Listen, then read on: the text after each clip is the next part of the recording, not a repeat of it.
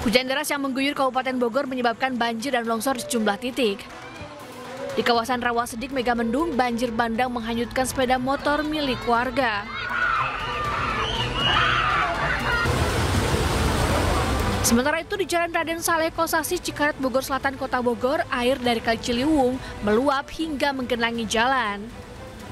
Akibat banjir, aktivitas warga pun lumpuh. Sementara itu Kampung Pubulak, Darussalam, Kecamatan Ciomas juga tak luput dari terjangan banjir.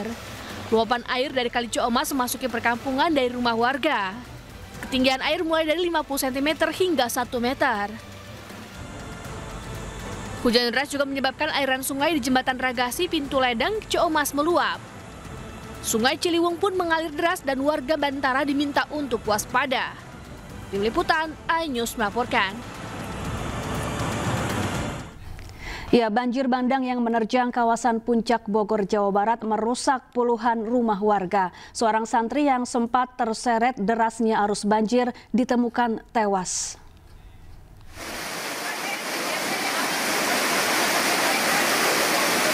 Banjir bandang menerjang 7 desa di 2 kecamatan di kawasan Puncak, Kabupaten Bogor. Puluhan rumah rusak diterjang banjir Sabtu malam. Banjir terjadi usai kawasan ini diguyur hujan deras. Warga berharap segera memperoleh bantuan untuk memperbaiki rumah mereka yang rusak. Seorang santri tewas akibat terseret arus banjir kemudian tertimbun longsor.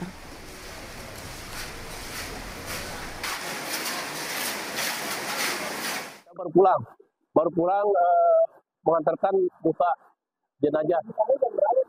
Ya, ketemukannya berapa? Apanya? Diketemukannya sekitar jam 1. Jam 1 kali si longsor itu jadi nyumbat kali. Pas kebetulan itu kan longsornya agak tinggi juga ya. Jadi langsung nah itu kena bangunan pesantren. Pas kebetulan di bawah ada anak santri. Berapa orang? Kan mau buka puasa. Yang satunya lari, kedua-duanya lari. Yang satu melari memang keterjang langsung ke pintu, yang satu mah mentok. Ya, untuk mengetahui situasi terkini kita sudah terhubung dengan rekan Wildan Hidayat di Kampung Rawasedek, Megamendung, Bogor. Selamat siang Wildan, bagaimana kondisi banjir dan longsor di sana? Ya, selamat siang Safa dan juga pemirsa. Saat ini kondisi di Megamendung pasca banjir masih meluas di wilayah Megamendung ini. Dan diketahui Safa, seperti inilah kondisi saat ini di Megamendung, masih terlihat air masih menggenangi wilayah Megamendung ini yang semalam sempat terjadi banjir dan sempat menewaskan seorang santri yang berada di sekitar lokasi kejadian ini. Siapa? Iya Wildan, berapa ketinggian air yang masih merendam rumah warga saat ini? Untuk diketahui juga, Safa, air ini merupakan air yang dari sungai yang sebelumnya membendung akibat terjadi longsor, Safa. Dan akibat bendungan tersebut, air menjadi mengalir ke pemukiman warga dan seperti terlihat di layar kaca kita bahwa saat ini air masih terus mengalir di sepanjang jalan pemukiman rumah warga, Safa.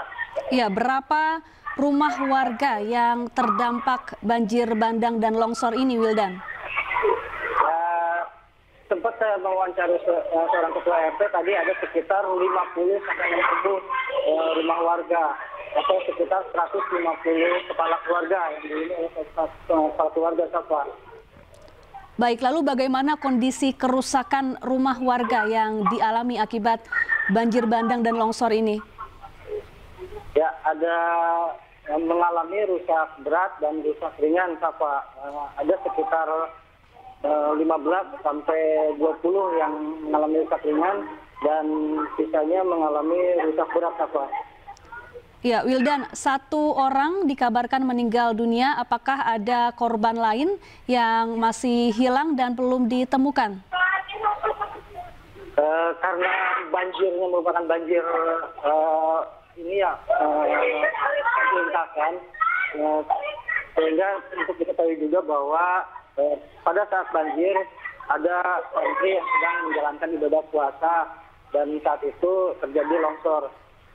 Semalam itu ada 2 orang yang sempat dinyatakan hilang, namun yang satu sudah diketemukan dalam kondisi selamat, namun mengalami luka-luka. Dan 1 orang bernama Muhammad Riza asal Sukabumi, asal Cianjur, sudah dibawa ke rumah duka di Cianjur.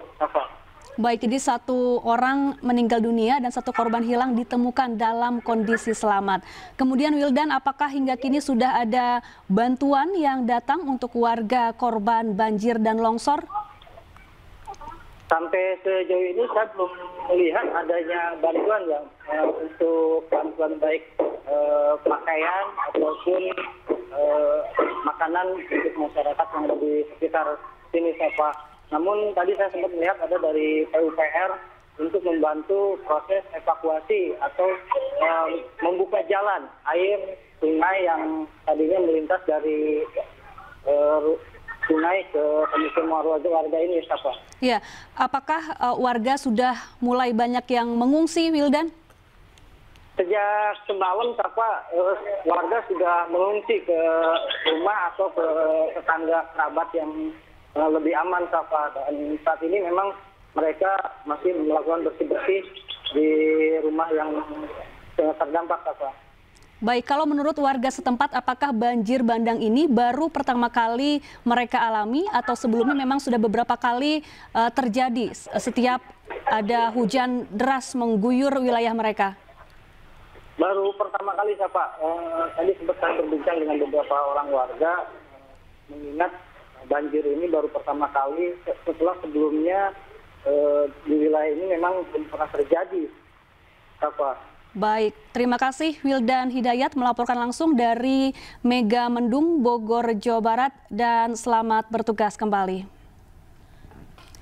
Ya pemirsa, sementara itu hujan deras yang mengguyur Jakarta dan sekitarnya sejak Sabtu malam membuat permukiman warga di Jatinegara, Jakarta Timur terendam banjir.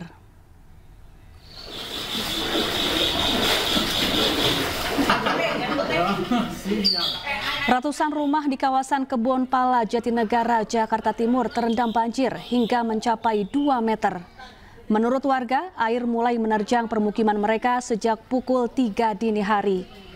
Banjir terjadi akibat meluapnya Kali Ciliwung usai diguyur hujan deras semalaman.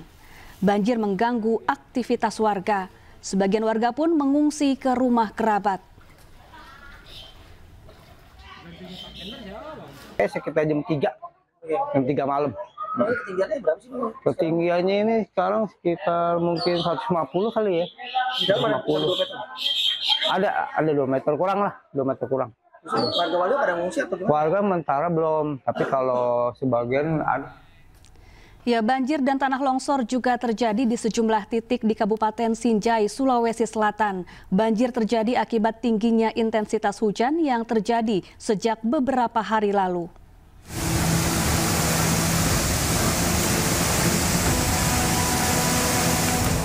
Curah hujan yang cukup tinggi di Kabupaten Sinjai, Sulawesi Selatan mengakibatkan banjir dan tanah longsor di sejumlah titik di 3 kecamatan.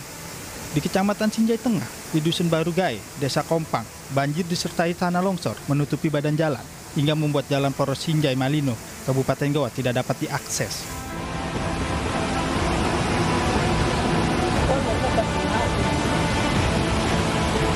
Sementara di Kecamatan Sinjai Selatan, jembatan yang menghubungkan Desa Puncak dengan Desa Songging tidak bisa dilewati lantaran di salah satu sisi jembatan amblas. Tutup jalan. Allahu Akbar. Allahu Akbar.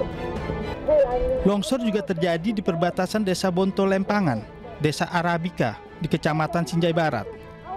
Sebuah rumah panggung ambruk dan tiang listrik tumbang hingga menutupi jalan. Banjir disertai longsor terjadi akibat tingginya intensitas hujan yang terjadi sejak beberapa hari lalu. Dari Kabupaten Sinjai, Sulawesi Selatan, Bulan Sri Indramaya iNews melaporkan. Kita ke informasi lain pemirsa, 3 rumah di permukiman padat di Kapuk, Cengkareng, Jakarta Barat dini hari tadi terbakar. Warga panik berupaya keluar rumah untuk menyelamatkan diri. Kobaran api terus membesar dan membakar 3 rumah warga di kawasan padat penduduk Gang Pelita 3, Cengkareng, Jakarta Barat, Minggu dini hari. Padatnya permukiman warga ditambah banyaknya material yang mudah terbakar, membuat api dengan cepat membesar hingga merambat ke permukiman lain. Tugas damkar harus berjibaku untuk melokalisir api karena posisi rumah yang terbakar sulit dijangkau. Diduga api berasal dari korsleting listrik dari salah satu rumah yang ikut terbakar. Saya tahu udah besar aja gitu apinya gitu. Iya. Rumah atau gimana Pak? Itu rumah. 2 lantai apa gimana Pak? Ya, seperti ini sih 2 lantai rumahnya. Tiba-tiba api langsung gede aja gitu? Langsung gede aja, saya ngelihat ke belakang itu. Itu pas ngelihat api besar gitu, warga gimana Pak? Oh, langsung bereaksi, langsung mencari ember apa, bantuan apa buat ngambil air gitu. Api dapat dipadamkan petugas setelah menerjunkan 8 unit mobil pemadam kebakaran dan dibantu warga. Tidak ada korban jiwa dalam peristiwa ini, namun kerugian ditaksir ratusan juta rupiah. Dari Jakarta, Helmi Sajangbati, iNews melaporkan. Kita beralih ke informasi, seorang bayi laki-laki berusia 2 bulan tewas dianiaya ibu kandungnya menggunakan toples di Makassar, Sulawesi Selatan. Sang ibu kini ditetapkan sebagai tersangka dan akan menjalani pemeriksaan kejiwaan. Ibu muda berusia 25 tahun yang tega menghabisi nyawa anak kandungnya sendiri berusia 2 bulan kini ditetapkan jadi tersangka. Status tersangka berdasarkan pemeriksaan mendalam yang didampingi tim psikolog serta beberapa saksi. Meski jadi tersangka, polisi juga akan lakukan pemeriksaan kejiwaan. Karena diduga dari awal kelihatan bahwa ada potensi terjadi gangguan kejiwaan karena dari hasil pemeriksaan dan sampai hari ini masih keterangannya berubah-ubah. Seperti itu. Untuk siapa saja yang dilibatkan saksi Bang? Tentunya kami selaku penyidik akan tetap melakukan penanganan secara profesional. Kan adalah pelaku adalah perempuan, kami tadi didampingi dalam pemeriksaan didampingi oleh pihak dari Dinas Perlindungan Perempuan Anak dan berikut LBH.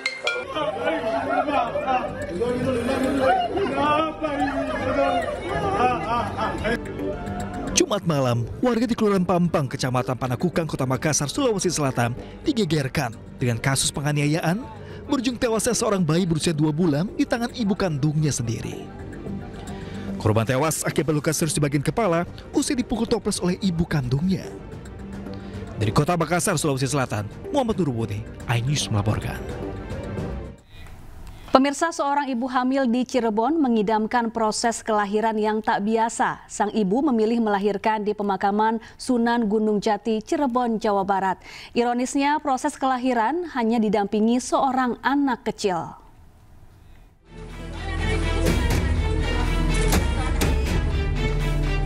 Warga yang tinggal di kawasan pemakaman Sunan Gunung Jati, Kabupaten Cirebon, Jawa Barat dini hari tadi dikejutkan dengan peristiwa seorang ibu yang mencoba melahirkan seorang diri di halaman parkir pemakaman. Mirisnya, proses kelahiran anak kelima dari ibu berusia 38 tahun ini tidak ada kehadiran suami dan hanya ditemani seorang anak kecil. Mencegah kejadian yang tidak diinginkan, warga pun melaporkan ke polisi dan segera dilarikan ke rumah sakit untuk penanganan medis. Pasalnya, sang ibu kesakitan. Ada warga yang lagi mau melahirkan, tapi di tempat umum. Jadi langsung kita ada responsibilitas kita yang cepat. Anggota bersama kami langsung mengevakuasi warga, langsung kita bawa ke rumah sakit. Kita lakukan tindakan keselamatan yang utama. Beruntung nyawa ibu dan bayi tertolong dengan proses persalinan yang berlangsung di Rumah Sakit Sumber Hurip. Hingga kini belum diketahui pasti alasan sang ibu mengidamkan lahir di tempat tak biasa. Sementara pihak keluarga kini sudah mendampingi ibu dan bayi. Dari Cirebon, Jawa Barat, Miftahudin, iNews melaporkan. lebih fix lagi, kami juga mengundang tim ekspert dari itu. Wakil Presiden Gibran Rakabuming Raka tiba di posko SAR pencarian korban kapal tenggelam KMP Tunu Jaya Pratama di Pelabuhan Ketapang, Banyuwangi sekitar pukul 7 pagi. Gibran meminta tim SAR gabungan untuk fokus mencari 29 korban yang hingga kini masih dinyatakan hilang. Usai mengunjungi posko pencarian, Gibran juga menyempatkan diri berkunjung ke posko korban selamat. Gibran meninjau langsung fasilitas yang disediakan mulai dari tempat tidur hingga fasilitas balita.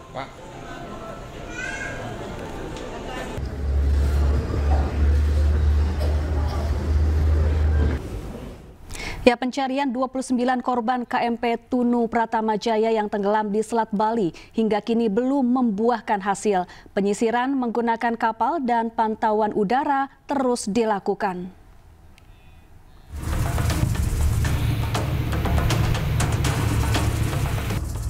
Memasuki hari ketiga, pencarian terhadap 29 penumpang kapal motor Tunu Pratama Jaya yang tenggelam di Selat Bali terus dilakukan. Pencarian oleh tim SAR gabungan fokus mengarah perairan Selat Bali bagian selatan, mengingat gelombang dan arus laut sejak tenggelamnya KMP Tunu Pratama Jaya mengarah ke selatan Selat Bali. Sebanyak 14 armada kapal dikerahkan untuk melakukan penyisiran sejauh 12 mil dari lokasi titik perkiraan tenggelamnya KMP Tunu Pratama Jaya. 2 armada dikerahkan, diantaranya adalah KRI Tongkol dan KRI Teluk Ende. 3 heli juga telah melakukan pemantauan dari udara, namun belum berhasil menemukan tanda-tanda dalam bentuk barang atau puing dari KMP Tunu Pratama Jaya. Sebelumnya KMP Tunu Pratama Jaya tenggelam di Selat Bali dengan membawa 53 penumpang, 12 ABK dan mengangkut 22 kendaraan. Pada hari pertama sebanyak 30 penumpang berhasil dievakuasi dalam keadaan selamat dan 6 penumpang telah meninggal dunia. Kini menyisakan 29 penumpang yang masih dalam pencarian tim SAR gabungan. Dari Banyuwangi, Jawa Timur, Eris Utomo, iNews melaporkan. Ya, sejumlah alat keselamatan dan barang-barang diduga milik penumpang KMP Tunu Pratama Jaya ditemukan tim SAR gabungan. Penemuan barang didata di posko pengaduan orang hilang.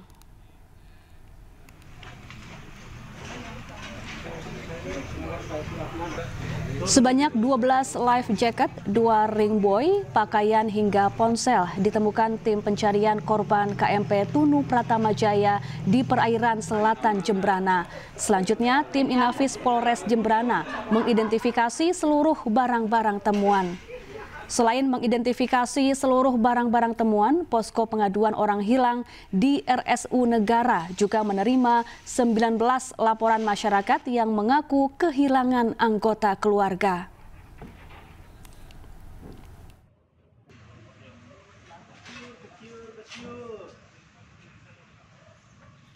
Ya pemirsa, bangkai KMP Tunu Pratama Jaya diduga berada di kedalaman 40 hingga 60 meter. Drone bawah air dan sonar KRI Pulau Vanildo mendeteksi objek mencurigakan. Untuk mengetahui informasi selengkapnya, kita telah terhubung dengan Eris Utomo di Pelabuhan Ketapang Banyuwangi dan Inyoman Sudika di Pelabuhan Gilimanuk Jembrana Bali. Selamat siang rekan-rekan, kita ke Pelabuhan Ketapang terlebih dahulu.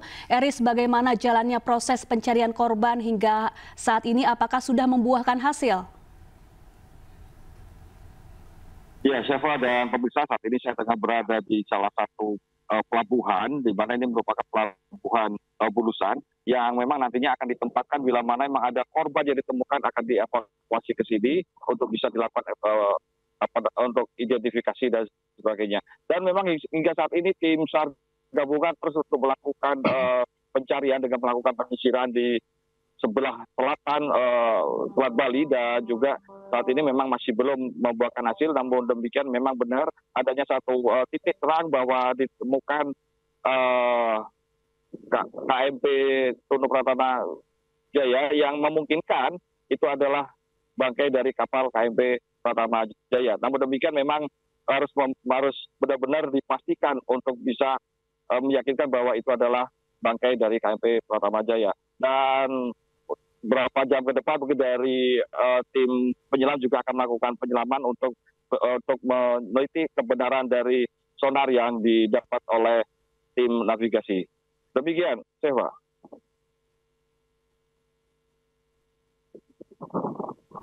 Sudah mulai menuju ke lokasi di mana diduga ada objek KMP Tunu Pratamajaya, tempat kapal tersebut tenggelam. Eris. Ya, hingga situ masih belum terkonfirmasi jelas dari yang berwenang. Namun demikian dari pagi tadi juga sudah memberikan informasi dari Basarnas bahwasanya akan terus untuk melakukan identifikasi yang benar-benar supaya terlihat apakah memang dengan melalui robot ROV yang sekiranya itu juga akan bisa mengamati secara jelas. Demikian.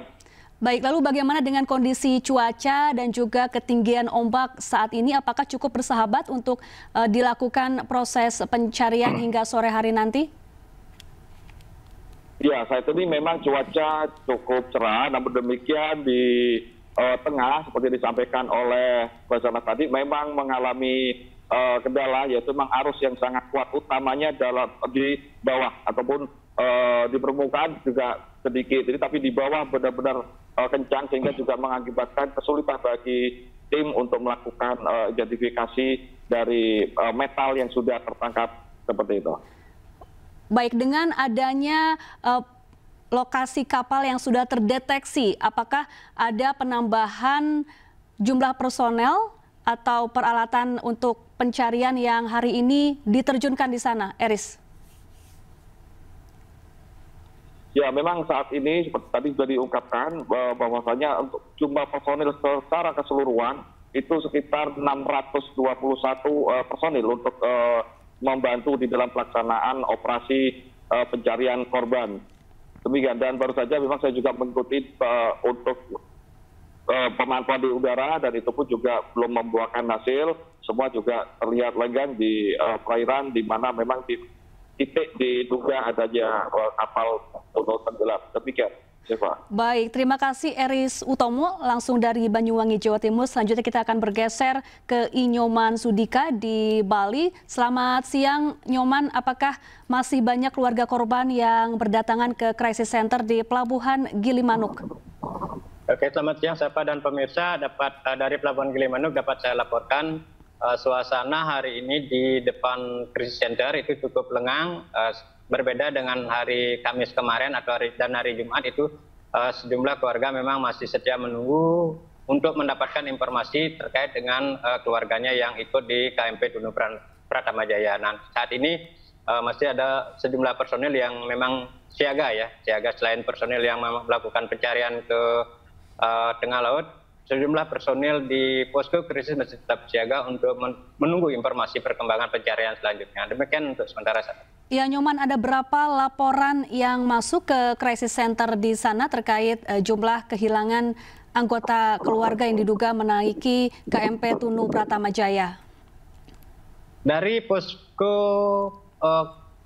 orang hilang yang dibangun di Rumah Sakit Umum Negara itu sampai dari tanggal 3 dan 4 itu terdapat 19 laporan orang hilang dari keluarga korban. Namun perkembangan sampai minggu ini masih tetap 19 dan sampai saat ini masih terdapat 3 posko di Jembrana untuk yang mungkin masyarakat yang bisa mau melaporkan keluarganya yang hilang itu bisa mendatangi posko di Rumah Sakit Umum Negara, posko di Pantai Pebuahan Desa Banyu Biru, dan satu lagi di sini di posko di Pelabuhan Gilimanuk. Demikian, Sapa. Baik, terima kasih Nyoman Sudika langsung dari Jembrana, Bali. Sebelumnya tadi juga ada Eris Utomo dari Banyuwangi, Jawa Timur. Selamat bertugas kembali dan tetap jaga kesehatan serta keselamatan. Kita ke informasi selanjutnya, pemirsa. Tim SAR gabungan menemukan objek mencurigakan diduga kapal penumpang Tunu Jaya Pratama yang tenggelam di Selat Bali di kedalaman 60 meter. Namun tim SAR masih memastikan objek tersebut. Ya, pada hari ini kami selaku SMC didampingi oleh Bapak Panglima, Bapak Sekda, akan menyampaikan rilis apa yang rencana kita lakukan hari ini. Pertama, alhamdulillah kita sudah mendapat arahan dan mengevaluasi dari datum yang kemarin dengan menunggu hasil data dari kapal KRI Vanildo dan tim ekspert dari hidrografi untuk menjadi lebih jelas lagi data hidrografi yang diambil sampai dengan hari ini saat ini sedang diolah. Dalam pengolahan proses juga paralel KRI Vanildo akan menuju ke lokasi untuk menurunkan ROV. Kemudian paralel juga para penyelam sedang menyiapkan alat peralatan dan kondisi mental mereka. Kemudian kita juga harus menyiapkan satu kapal tender, yaitu kapal jenis serupa dari KMP Tunu yang lain untuk sebagai kapal tender, manakala kalau hari ini bisa kita lakukan penyelaman. 29 orang masih dinyatakan hilang pasca tenggelamnya KMP Tunu Pratama Jaya di Selat Bali. Keluarga korban berharap anggota keluarganya cepat ditemukan.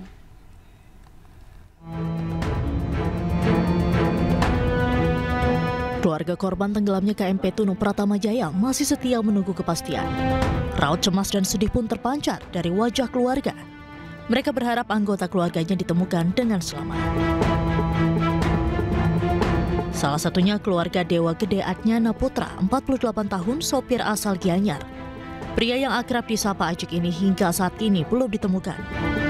Keluarga korban datang dari Kabupaten Gianyar sejak Kamis dini hari begitu mendengar ada kapal tenggelam di Selat Bali. Menantu korban, Nilusri Devi Mariani menceritakan sangat berharap Ajiknya tidak menjadi penumpang KMP Tunu Pratama. Namun setelah tiba di Gilimanuk, nama mertua dan kendaraan yang dikemudikannya ada di data manifest. Saya balik lagi di sini, saya tunggu infonya di sini aja. Dan sampai sekarang belum juga.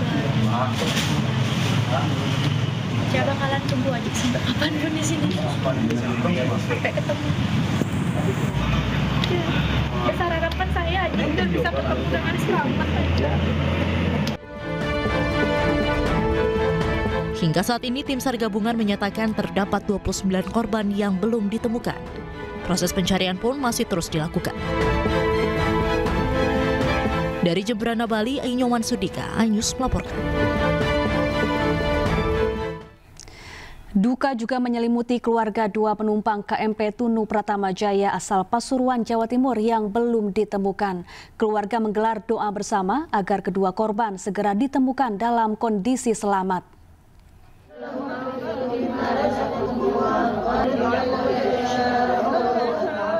Suasana duka terlihat di rumah salah satu korban penumpang KMP Tunu Pratama Jaya, warga Jalan Gatot Subroto, Kecamatan Gading Rejo, Kota Pasuruan, Jawa Timur, Sabtu siang. Kedua korban yaitu Sakur, 37 tahun, warga Jalan Gatot Subroto, Kelurahan Krapyak Rejo, Kecamatan Gading Rejo, Kota Pasuruan, dan Soni Muklason, warga Desa Brambang, Kecamatan Gondang Wetan, Kabupaten Pasuruan. Keluarga kedua korban menggelar doa bersama sejak Kamis usai menerima informasi bahwa kendaraan Colt Pickup dengan plat nomor DK 8318FO yang ikut tenggelam merupakan milik Sakur. Sebelumnya, keluarga sempat ragu karena pada manifest penumpang nama Sakur tercatat sebagai warga Biren, Aceh. Namun setelah mencocokkan plat nomor kendaraan yang terdata dengan milik Sakur, keluarga mulai meyakini bahwa yang bersangkutan adalah bagian dari korban kecelakaan laut tersebut. Sebelum adik saya bilang itu sore sekitar asar itu, saya ngubungi itu sudah nggak bisa. Sampai sekarang juga nggak bisa. Terus terakhir kontak itu kapan? Terakhir kontak saya lewat WA ya. Lewat WA waktu berangkat jam 2. Jam 2 pagi. Siang. Jam 9 malam. Itu sempat ngupload status di WA. Jam 9 malam. Jam 9 malam. Jam 9. Ya sekitar jam 9. Apa statusnya apa? Rezeki lah. Rezeki. Diketahui Sakur dan Soni keneknya sedang dalam perjalanan mengirim barang mebel ke wilayah Bali. Keluarga kedua korban juga telah menginformasikan kepada pemesan barang di Bali dan diketahui bahwa barang tersebut memang belum sampai di tujuan. Dari Pasuruan, Jawa Timur, Jaka Samudra, iNews melaporkan. Kita beralih ke informasi lain, pemirsa. Marah rekannya mendapat perlakuan kasar. Ratusan pengemudi ojek online menggeruduk rumah di Godean, Yogyakarta. Tak hanya itu, mobil patroli polisi juga dirusak massa.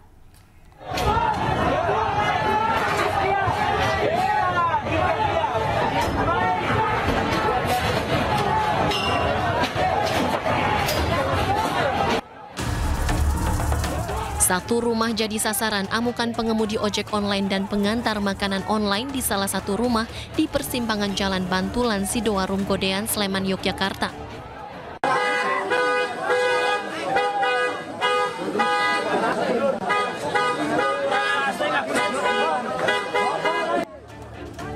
Tidak hanya saling lempar, satu mobil patroli polisi juga menjadi sasaran.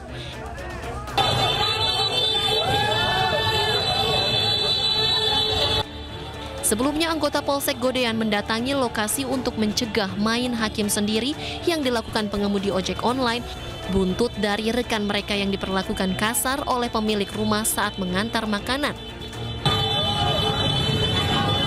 Iki tanggung jawab ini, Mas, iki saka Shopee nih. Awak dhewe kene. Sing kerja sapa? Ya. Sing kerja sapa? Ngopo? Menurut polisi, insiden perusakan mobil polisi ini berawal dari pengantaran paket makanan yang terlambat.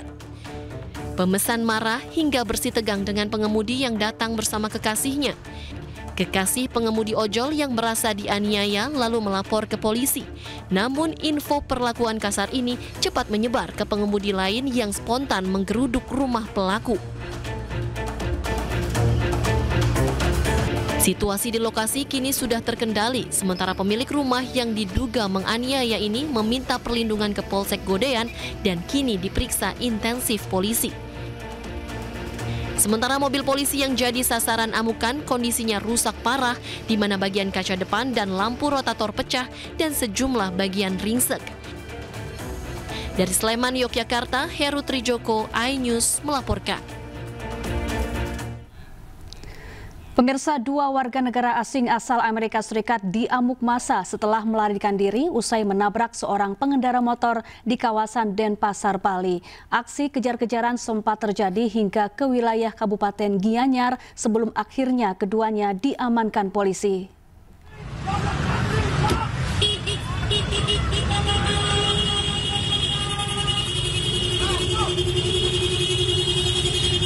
Aksi kejar-kejaran ini terjadi di Jalan Raya Antasura, Denpasar, Bali, usai mobil yang dikemudikan oleh dua WNA asal Amerika menabrak seorang pengendara motor dan kabur. Warga yang kesal terus mengejar pelaku sambil sesekali merusak kendaraan pelaku. Diduga panik, penabrak terus tancap gas hingga beberapa kali menabrak pengendara motor lainnya. Pelarian pelaku terhenti setelah terjebak di kawasan bypass Ida Bagus Mantra, Ketewel, Gianyar. Dua orang warga negara asing yang berada di dalam mobil pun hampir diamuk warga. Beruntung tak lama berselang petugas dari Polres Gianyar datang ke lokasi dan langsung mengamankan kedua WNA untuk pemeriksaan lebih lanjut. Nah, dua orang WNA warga Amerika Serikat dan diamankan dalam upaya pengerusakan dilakukan oleh beberapa orang yang mengejar. Ya, ini merupakan pengejaran ini rangkaian dari kejadian laka lantas yang sebelumnya terjadi di wilayah Denpasar. Polisi mengimbau kepada para korban yang merasa dirugikan untuk segera melapor ke Mapolres Denpasar atau Polres Gianyar. Dari Gianyar, Bali, Ketut Catur Kusumaningrat, iNews melaporkan.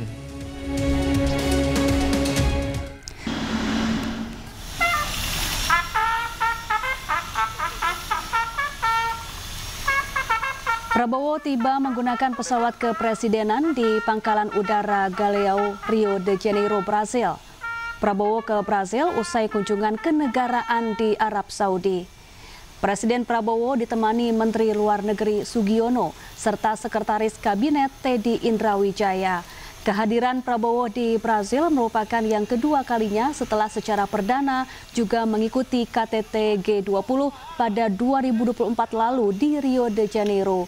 Prabowo berkunjung ke Brasil untuk pertemuan bilateral dengan Presiden Brasil, Luiz Inácio Lula da Silva, dan menghadiri konferensi tingkat tinggi BRICS untuk pertama kalinya.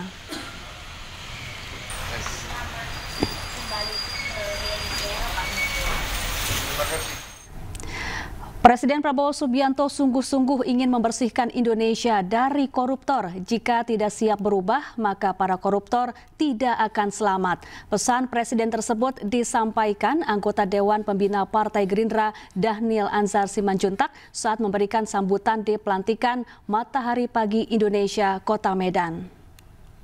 Sungguh-sungguh ingin membersihkan Indonesia. Itu sungguh-sungguh, Pak. Maka bersiaplah. Kalau Anda siap berubah, maka Anda selamat. Kalau Anda tidak siap berubah, dipastikan Anda sedang menunggu giliran. Terima kasih.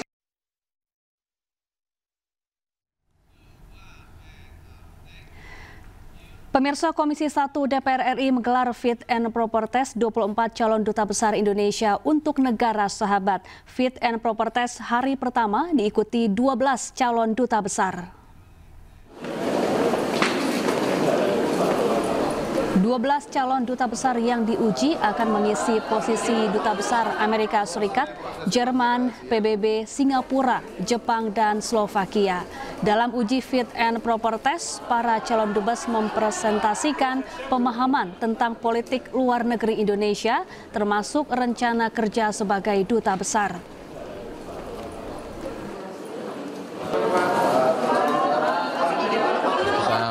Mendengar pemaparannya masing-masing, dan itu bukan visi misi, itu adalah rancangan kerja program, tantangan, dan juga kedepannya apa yang perlu diperbaiki, ditingkatkan, dan juga dikerjakan. Karena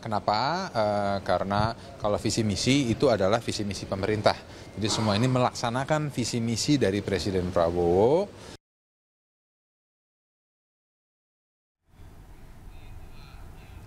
Sementara dari 24 nama calon dubes yang beredar, salah satu yang menarik perhatian publik adalah Nurmala Kartini Syahrir yang merupakan adik dari tokoh senior dan Ketua Dewan Energi Nasional Luhut Binsar Panjaitan.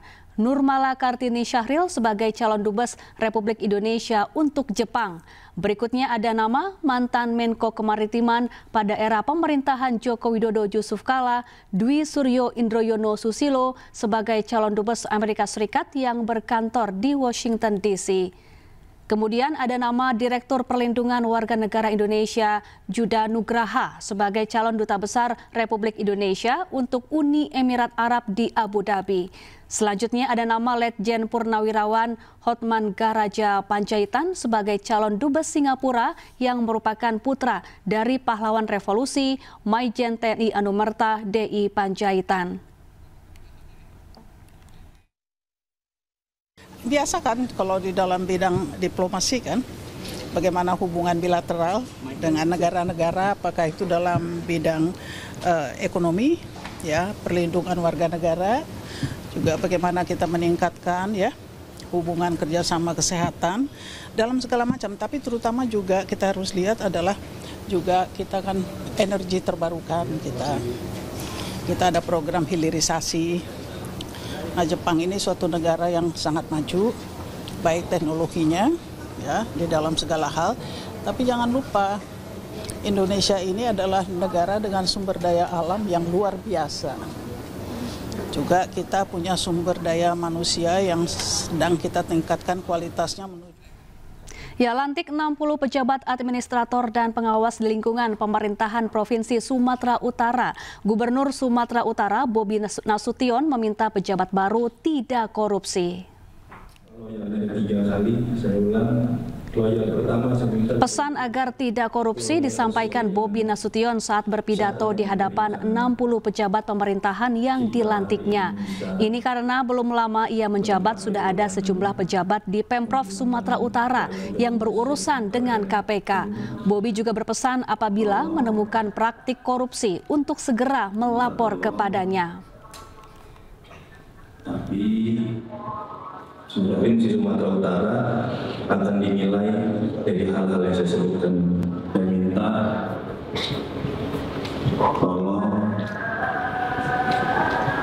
tolong jangan korupsi. Bapak Wagub baru 4 bulan, tapi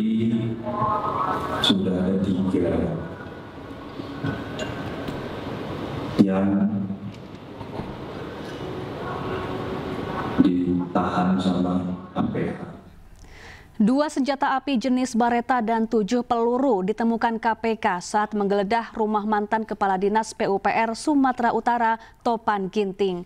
Perbakin Medan menyatakan senjata tersebut digunakan Topan untuk keperluan bela diri. Topan juga tercatat sebagai Ketua Perbakin Kota Medan. Kepala Humas Perbakin Kota Medan, Hanjaya Tiopan, mengatakan senjata api tersebut digunakan Topan untuk keperluan bela diri. Kepemilikan senjata api juga resmi diatur Mabes Polri. Senjata yang ditemukan di kediaman itu sudah dikoordinasi, saya sudah koordinasi dengan Intercam. Itu adalah senjata bela diri. Yang mana ranahnya itu adalah yang menguasai izin itu adalah Pak Intercam Mabes Polri. Beliau ini masih aktif sebagai Ketua Harian Perbakin Kota, Ketua Harian Perbakin Kota Medan. Sebelumnya KPK menggeledah rumah mantan Kadis PUPR Sumatera Utara Topan Ginting terkait kasus OTT di Kabupaten Mandaling Natal dalam kasus proyek pembangunan jalan. KPK terpaksa membongkar paksa rumah Topan lantaran gerbang dan pintu rumah mantan PLT Sekda Kota Medan itu terkunci. Selain menemukan 2 pocong senjata api dalam penggeledahan yang lokal selama 7 jam, KPK juga menyita uang 2,8 miliar. Tim Liputan iNews melaporkan. Kepala Desa Nagori Banjarhulu Kabupaten Simalungun, Kardianto, ditetapkan sebagai tersangka dugaan korupsi APBD. Kardianto merupakan kades yang dikejar calon jaksa di Kejari Simalungun, Reynanda Ginting, yang tewas hanyut di sungai. Bah, diambilnya itu satu. Panghulu atau Kepala Desa Nagori Banjarhulu, Kabupaten Simalungun, Sumatera Utara, Kardianto, ditetapkan sebagai tersangka dugaan korupsi anggaran pendapatan dan belanja desa, APB Desa. Ia merupakan kades yang dikejar oleh calon jaksa Kejaksaan Negeri Simalungun, Reynanda Ginting, yang tewas hanyut terbawa arus Sungai Silau. Berdasarkan informasi dari Kejaksaan Tinggi Sumatera Utara, Kardianto saat ini tengah ditahan di Kejari Simalungun. Meski begitu, belum dijelaskan secara rinci terkait besaran uang APB Desa yang dikorupsi oleh Kardianto. Ya, duka mengiringi prosesi pemakaman calon jaksa muda Reynanda Ginting yang gugur saat mengejar buronan korupsi di Deli Serdang, Sumatera Utara. Kejaksaan Agung memberikan penghormatan tertinggi pada almarhum Reynanda Prima Ginting. Ingatnya kebanggaan anaknya yang memperpengaruhi kami. Tangis, haru, dan duka mendalam menyelimuti pemakaman calon jaksa muda Reynanda Ginting yang gugur saat menjalankan tugas penegakan hukum. Seusai upacara militer, keluarga melanjutkan dengan prosesi adat pemakaman suku Karo mengiringi jenazah menuju tempat peristirahatan terakhir dengan iringan doa di Jambur Taras, Jalan Namori, Kecamatan Pancur Batu, Kabupaten Deli Serdang, Sumatera Utara. Keluarga besar Adiaksa hadir dan turut mengiringi upacara penyerahan jenazah yang digelar dengan hikmat. Dalam prosesi ini, Jaksa Agung Muda Tindak Pidana Khusus dan Kepala Pusat Penerangan Hukum Kejagung menyerahkan tali asih kepada keluarga sebagai bentuk bela sungkawa dan penghargaan terhadap almarhum.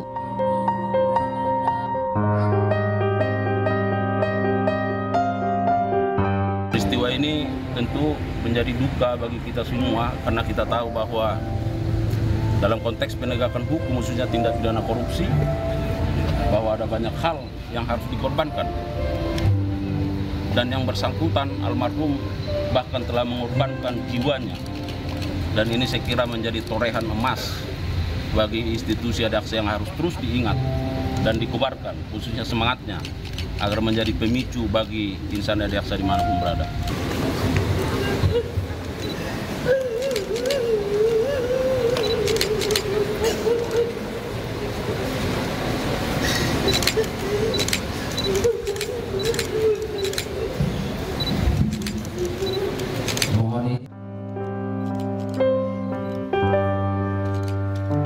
Diketahui Reynanda Prima Ginting baru sebulan bertugas di Kejaksaan Negeri Simalungun sebagai staf bidang pidana khusus. Semangat dan pengabdiannya terhenti di tengah tugas mengejar buronan kasus penggelapan dana desa. Ia meninggal dunia usai tenggelam di Sungai Silau Kisaran Timur. Namun semangat dan namanya akan selalu hidup dalam hati Adiaksa. Dari Medan, Sumatera Utara, Bobi Pakpahan, iNews melaporkan. Sementara itu, pemirsa, polemik ijazah Presiden ke-7 Jokowi masih bergulir. Sejumlah pihak menyebut pernah melihat langsung ijazah tersebut, sedangkan Jokowi menyebut hanya akan menunjukkan ijazahnya di pengadilan.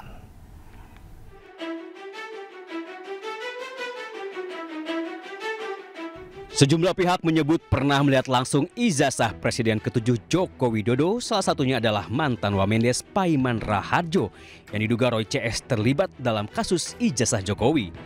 Pernyataan Paiman ini juga sekaligus membantah tuduhan bahwa dirinya pernah mengancam Roy Suryo.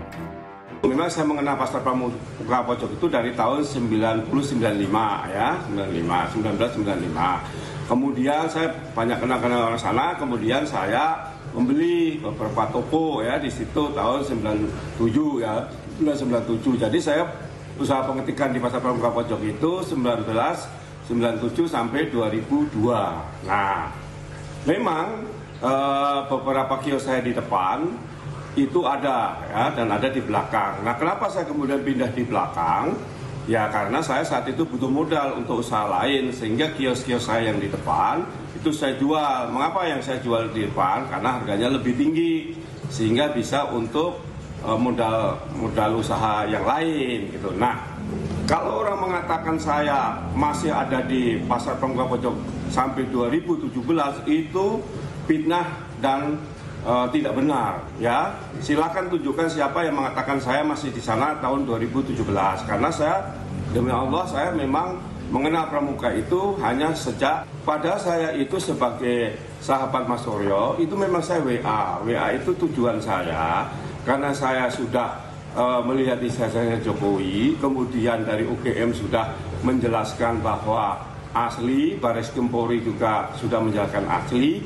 Maka saya sebagai sahabat itu hanya memberikan saran ya, Mas, sudah karena memang ijazah Jokowi asli, saya sendiri sudah melihat gitu. Tapi kenapa malah saya dituduh otaknya dan sebagainya.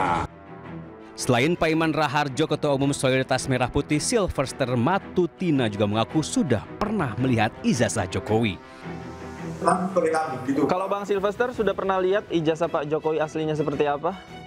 Saya sudah pernah lihat, ya. Selain itu, pihak lain yang juga diduga pernah melihat dan terlibat dengan pembuatan ijazah Presiden Jokowi adalah mantan tim Jokowi Solo, Widodo. Namun dalam program Rakyat Bersuara, Widodo dengan tegas membantah hal tersebut. Sementara ini, saya nggak pernah dan nggak punya pengalaman di bidang itu. Dan Pak Jokowi juga nggak pernah menugaskan saya untuk ngurusi pekerjaan itu. Yang disuruh ke saya adalah selama wali kota, gubernur itu adalah membantu pekerjaan bendahara. Oh, Anda bendahara Pak Jokowi? Membantu pekerjaan bendahara dalam tim pemenangan. Oke. Jadi saya ditugaskan sebagai membantu tugas atau pekerjaan bendahara tim pemenangan. Sementara pada 22 Mei lalu, Bareskrim Polri telah menyatakan bahwa ijazah Jokowi asli. Polisi menyebut antara bukti dan pembanding yang digunakan identik. Meski begitu, dalam konferensi pers tersebut, Bareskrim tidak menunjukkan foto ijazah asli Jokowi. Penyelidik mendapatkan dokumen asli ijazah sarjana kehutanan nomor 1120 atas nama Joko Widodo dengan NIM 1681 KT Fakultas Kehutanan UGM pada tanggal 5 November 1985 yang telah diuji secara laboratoris. Berikut sampel pembanding dari 3 rekan pada masa menempuh perkuliahan di Fakultas Kehutanan UGM meliputi bahan kertas, pengaman kertas, teknik cetak, tinta tulisan, tinta tulisan tangan, cap stempel, dan tinta tanda tangan milik dekan dan rektor dari peneliti tersebut, maka antara bukti dan pembanding adalah identik. Sebelumnya saat menjalani pemeriksaan di Barreskrim Polri pada 20 Mei lalu, Jokowi menyebut hanya akan menunjukkan ijazahnya di pengadilan. Ijazah nanti akan kami buka pada saat diminta oleh pengadilan, oleh hakim. Terima kasih. Tim Liputan iNews melaporkan. Sementara itu pemirsa, lagi-lagi Roy Suryo mengaku memiliki seorang saksi kunci terkait dugaan ijazah palsu Presiden Jokowi. Roy Suryo menyebut saksi kunci tersebut adalah kader senior di salah satu partai politik. Yang bersangkutan nggak apa-apa, spill dikit lah. Yang bersangkutan tidak jauh beda dengan Pak Bitor. Dia adalah seorang kader. Kader militan dan kader yang sangat-sangat tajam lah di partai itu. Nah, jadi nggak apa-apa kan spill dikit itu. Tapi yang bersangkutan memang sampai dengan saat ini memang belum mau mengatakan secara on cam. Tapi kalau bukan bisik-bisik, ngobrol dengan tenang mau. Jadi dia mengatakan begini. Jadi dia pernah menasihati yang namanya Joko Widodo ini. Jokowi. Wes Thomas, itu kata-katanya saya ulang. Wes Thomas. Nek memang ora duwe iki ya ora sah. Artinya sudahlah. Kalau memang tidak punya itu ya tidak usah membuat-buat atau apa gitu Mas. Ya, tapi yang bersangkutan Joko Widodo konon kata beliau ini mengatakan, wah, ora keren gitu. Enggak bangga, enggak pantas lah. Nah, akhirnya itulah. Makanya sempat terjadi acak adut lah di awal. Ada yang mengatakan awalnya titelnya Dr. Andes, ya kan? Ada yang mengatakan bahkan katanya nih Eko Sulistyo mengatakan double pendaftaran. Iya, double pendaftaran. Ada Dr. Andes, ada insinyur, ada yang konon melihat di lojikan turun titel Dr. Andes. Kemudian yang selalu dibuat sebagai bukti. Ya pemirsa, kita ke informasi fenomena sound horeg yang terus menjadi polemik di tengah masyarakat. Pondok Pesantren Besuk Jawa Timur menyatakan penggunaan sound horeg haram hukumnya. MUI Jatim yang mendukung fatwa tersebut masih melakukan kajian melalui Komisi Fatwa. Sedangkan Wagub Jatim Emil Dardak berjanji akan memberikan solusi terkait fenomena sound horeg. Sehingga disebut dengan sound horeg, bukan sound system. Kalau begitu maka hukumnya lepas dari tafsir ini sudah. Dimanapun tempatnya dilaksanakan, mengganggu atau tidak mengganggu, maka hukumnya adalah Pondok Pesantren Besuk Kabupaten Pasuruan, Jawa Timur menyatakan penggunaan sound horeg haram hukumnya.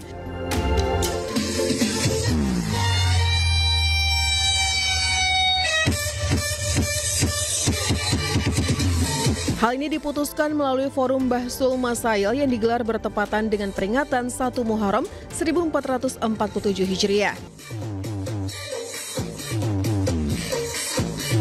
Pengasuh Ponpes Besuk Kiai Haji Muhibul Aman Ali menyampaikan keputusan ini diambil bukan semata karena bisingnya suara, tetapi karena konteks dan dampak sosial yang melekat pada praktik sound horeg.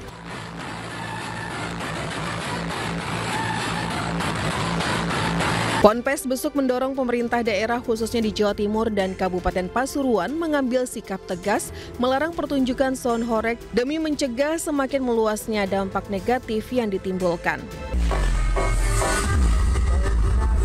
Tontonan sound horeg itu, maka kita putuskan ini adalah haram.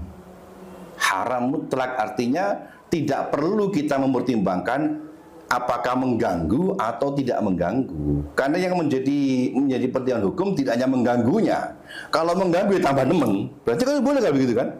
Nah, makanya aspek hukum yang kita pertimbangkan jangan hanya dampak suara saja, tapi juga isi daripada paket sound horeg itu. Merespon fatwa haram yang dikeluarkan Pondok Pesantren Besuk Kabupaten Pasuruan, Majelis Ulama Indonesia Jawa Timur mendukung fatwa tersebut. Sekretaris MUI Jatim Kiai Haji Hasan Ubaidillah menilai sound horeg lebih banyak mengandung mudarat ketimbang manfaat di tengah masyarakat. MUI Jatim melalui Komisi Fatwa akan membahas dan mengkaji fenomena sound horeg ini sebelum memutuskan fatwa. Sementara itu, Wakil Gubernur Jawa Timur Emil Elestianto Dardak berjanji akan memberikan solusi terkait fenomena sound horeg khususnya di daerah Pasuruan dan sekitarnya. Jadi percaya sama saya bahwa untuk masalah horeg ini memang sedang dengan seksama kita cari solusinya. Jadi nggak, oh yaudah biarin aja apa adanya, nggak perlu ada jalan tengah, perlu ada solusi untuk memastikan bahwa masyarakat tetap terlindungi, sound horeg ini beroperasi dalam kondisi yang memang tidak melanggar hal-hal yang kemudian menjadi keresahan masyarakat. Emil menilai fatwa tetap disikapi bijak dan dicarikan solusi agar tidak merugikan pelaku industri tetapi juga tidak mengganggu Kamtibmas. Dari Pasuruan dan Surabaya, Jawa Timur, Tim Liputan iNews melaporkan. Ya pemirsa, usai adanya fatwa haram sound horeg, beberapa pelaku usaha sound horeg meminta MUI Jawa Timur untuk duduk bersama.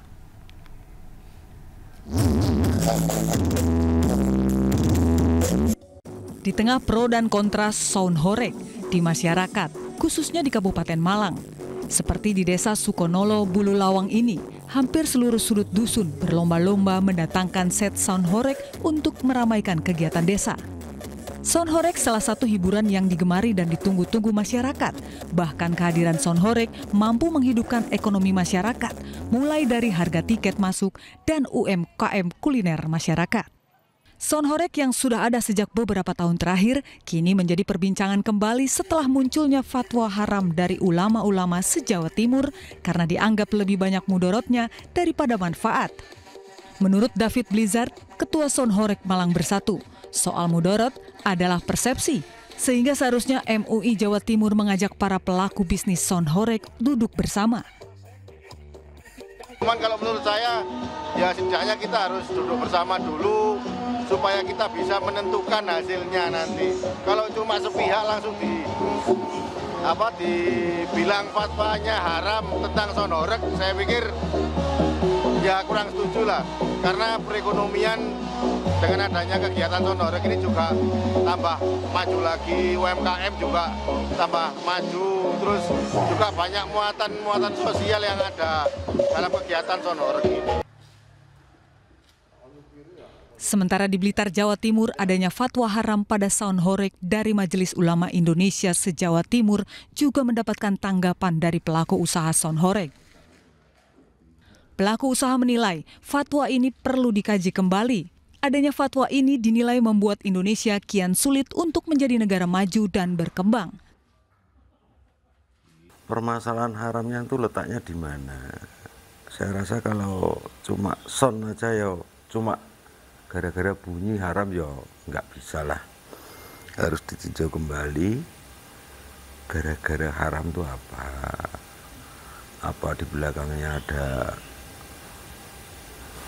yang negatif kayak seperti dancer, mabuk-mabukan itu nggak apa-apa lah haram. Tapi kalau saya rasa kalau sound system diharamkan saya nggak setuju. Para pelaku usaha sound horeg berharap ada kebijaksanaan dalam memutuskan kebijakan, apalagi untuk aktivitas yang memberi lapangan pekerjaan. Dari Blitar dan Malang, Jawa Timur, Tim Liputan iNews melaporkan. Kita ke informasi lainnya pemirsa. Sebagai ungkapan rasa syukur kepada Tuhan Yang Maha Esa, ribuan warga di Boyolali, Jawa Tengah mengikuti tradisi sedekah waduk cengklik. Warga antusias berebut belasan gunungan berisikan sayur mayur hingga ikan hasil dari waduk.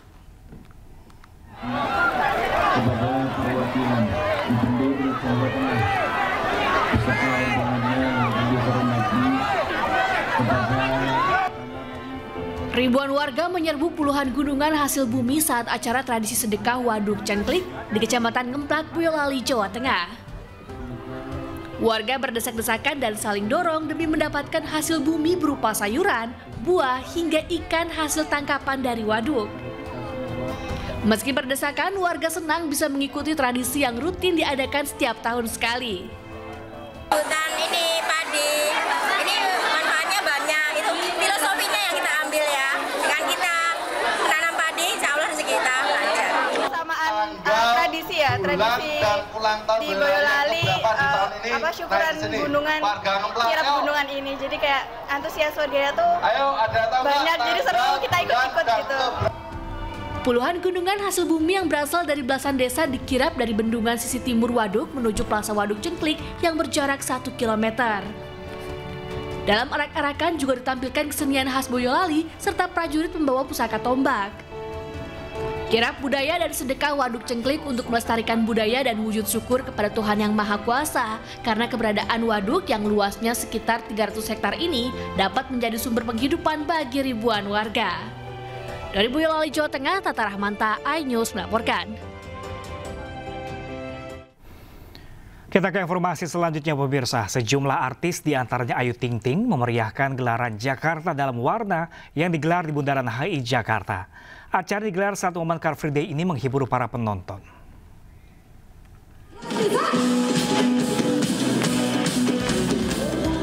Gelaran Jakarta dalam Warna berlangsung meriah di Car Free Day, Bundaran HI Jakarta Pusat. Acara ini berlangsung meriah dengan penampilan dari artis ibu kota seperti Rosa, Ayu Ting Ting, dan artis lainnya. Acara ini menampilkan berbagai budaya Betawi, seperti penampilan tari tradisional dari berbagai sanggar. Kemarin kan juga sempat ikut di acara yang HUT Monas, terus ini penutupannya diajak lagi. Nah, untuk latihannya berapa lama untuk latihan? Cuma 2 hari. Seru banget, rame banget. Iya. Bundaran HI nampak ramai oleh warga yang ikut memeriahkan Jakarta dalam Warna. Acara ini bukan hanya hiburan buat publik, tetapi juga bagian dari strategi pelestarian budaya Betawi, serta promosi Jakarta sebagai kota global yang berakar pada kekayaan lokal. Dari Jakarta, Naura Safika, Dede Rudi, Cemi Yasin, iNews melaporkan. Ya pemirsa, pameran dan bazar kecantikan kembali digelar di Jakarta International Convention Center, Jakarta. Ada lebih dari 400 merek kecantikan dari dalam dan luar negeri berpartisipasi dalam ajang ini.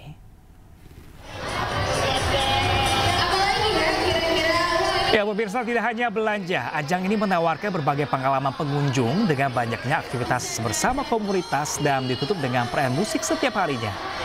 Beauty Expo ini juga jadi ajang pertemuan para brand, beauty entrepreneurs untuk saling mengenal satu sama lain, saling menginspirasi dan bahkan menjalin kerjasama. Berbeda dengan tahun sebelumnya pemirsa, pengunjung dengan tiket khusus bisa merasakan pengalaman belanja dan menukarkan hadiah menarik dari penyelenggara. Ajang ini pun sudah berlangsung sejak Kamis kemarin dan akan berakhir di hari ini.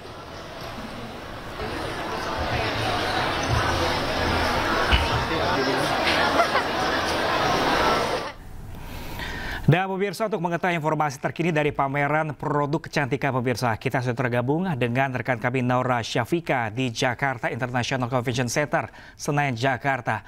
Halo, selamat siang Naura. Bagaimana suasana terkini di sana? Apakah semakin siang, semakin ramai?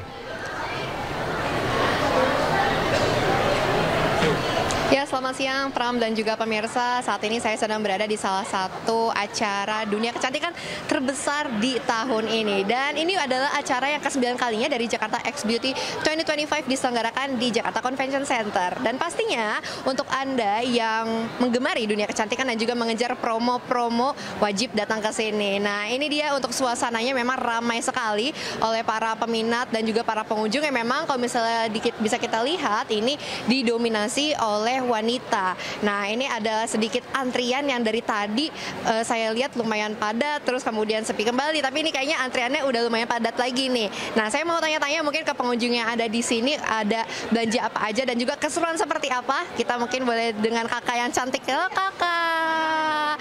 Kak, aku boleh tanya-tanya sama kakak? Oke, boleh. Ini dengan kakak siapa dan dari mana?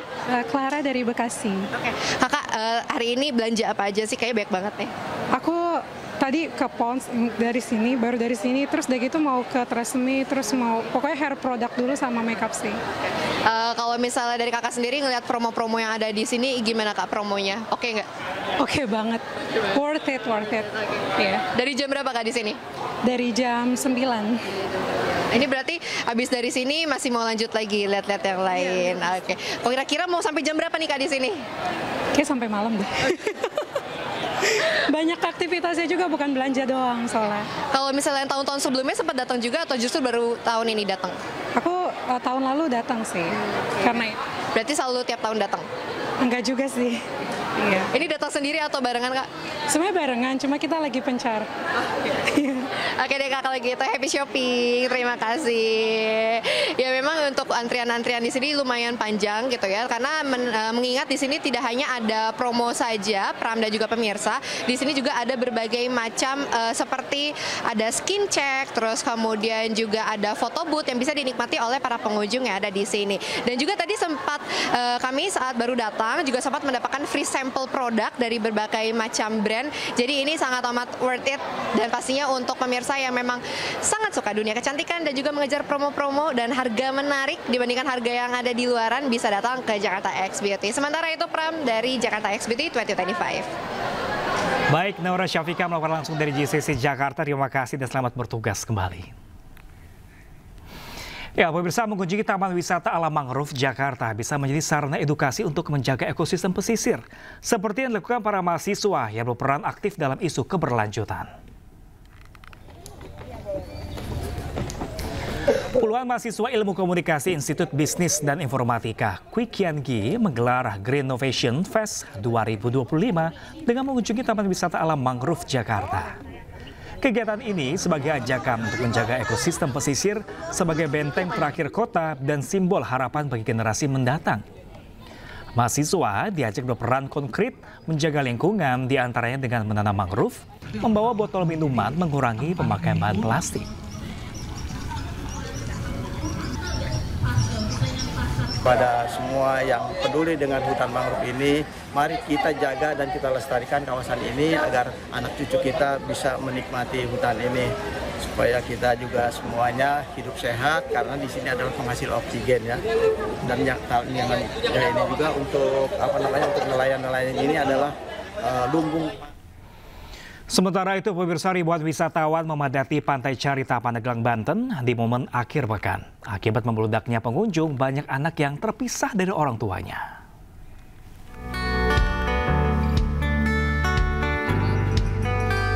Momen akhir pekan dan libur sekolah dimanfaatkan warga untuk mengunjungi sejumlah objek wisata. Salah satunya di Pantai Carita, Pandeglang, Banten.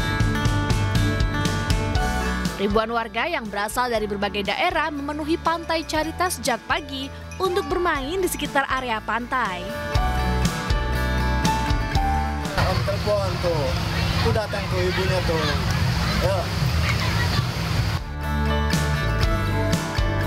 Namun akibat membludaknya jumlah wisatawan, banyak anak yang terpisah dari orang tuanya. Mereka biasanya kebingungan dan menangis di pinggir pantai. Petugas yang berada di lokasi akan langsung mencari orang tua dengan pengeras suara.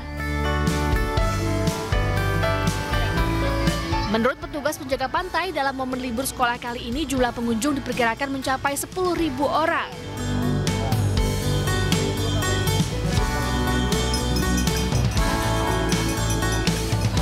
Perkiraan pengunjung kisaran 10.000 kurang lebih. Ini terlihat sudah ramai ini sejak pukul berapa sih Bang? Dipantau dari pagi tadi kisaran jam 9 itu sudah ramai di kawasan Carita. Harga tiket yang terjangkau membuat Pantai Carita terus dipadati wisatawan. Orang tua pun diimbau untuk selalu mengawasi anak-anaknya saat berwisata.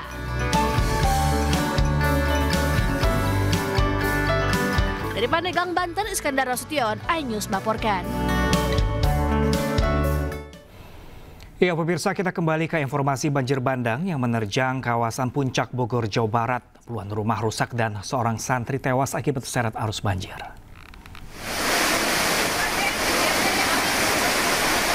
Ya, pemirsa, akibat diterjang banjir bandang, puluhan rumah di 7 desa di kawasan Puncak Bogor rusak. Banjir terjadi usai kawasan ini diguyur hujan deras. Warga berharap segera mendapatkan bantuan untuk memperbaiki rumah mereka yang rusak.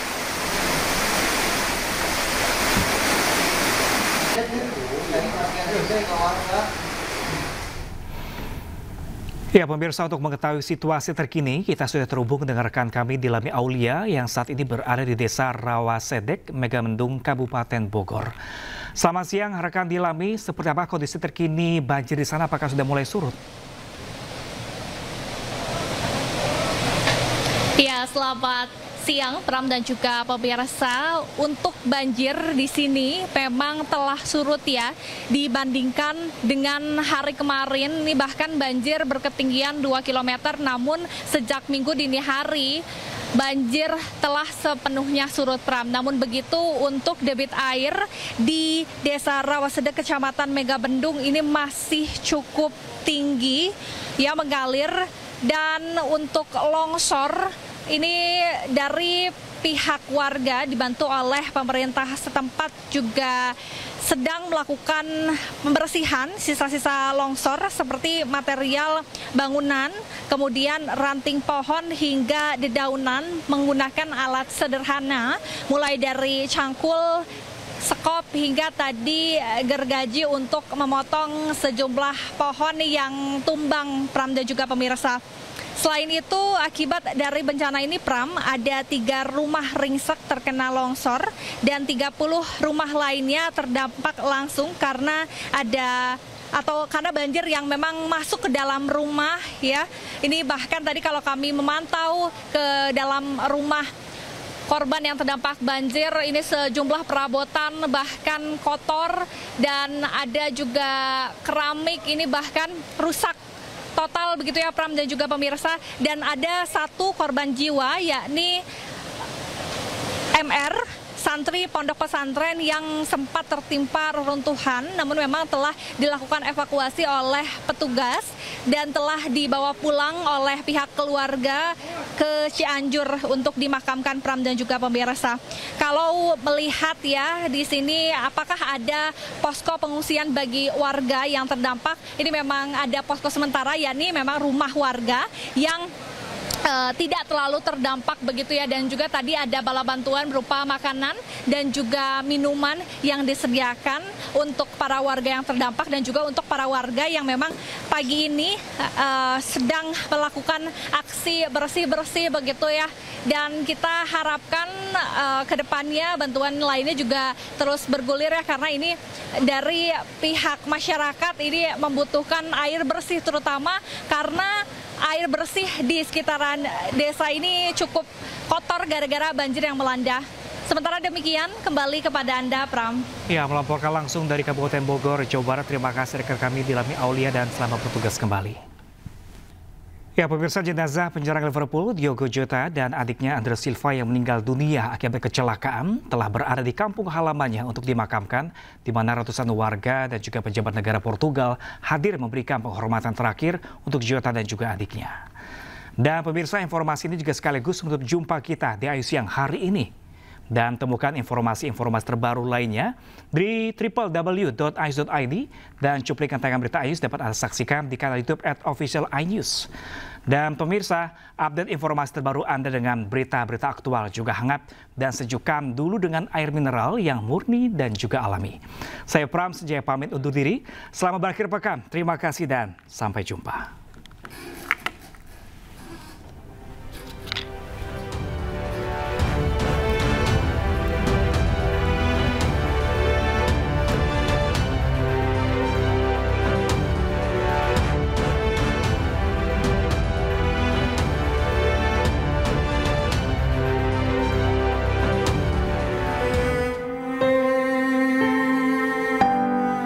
Ratusan warga memberikan penghormatan terakhir saat jenazah Diogo Jota dan adiknya Andre Silva tiba di kampung halamannya Sabtu pagi.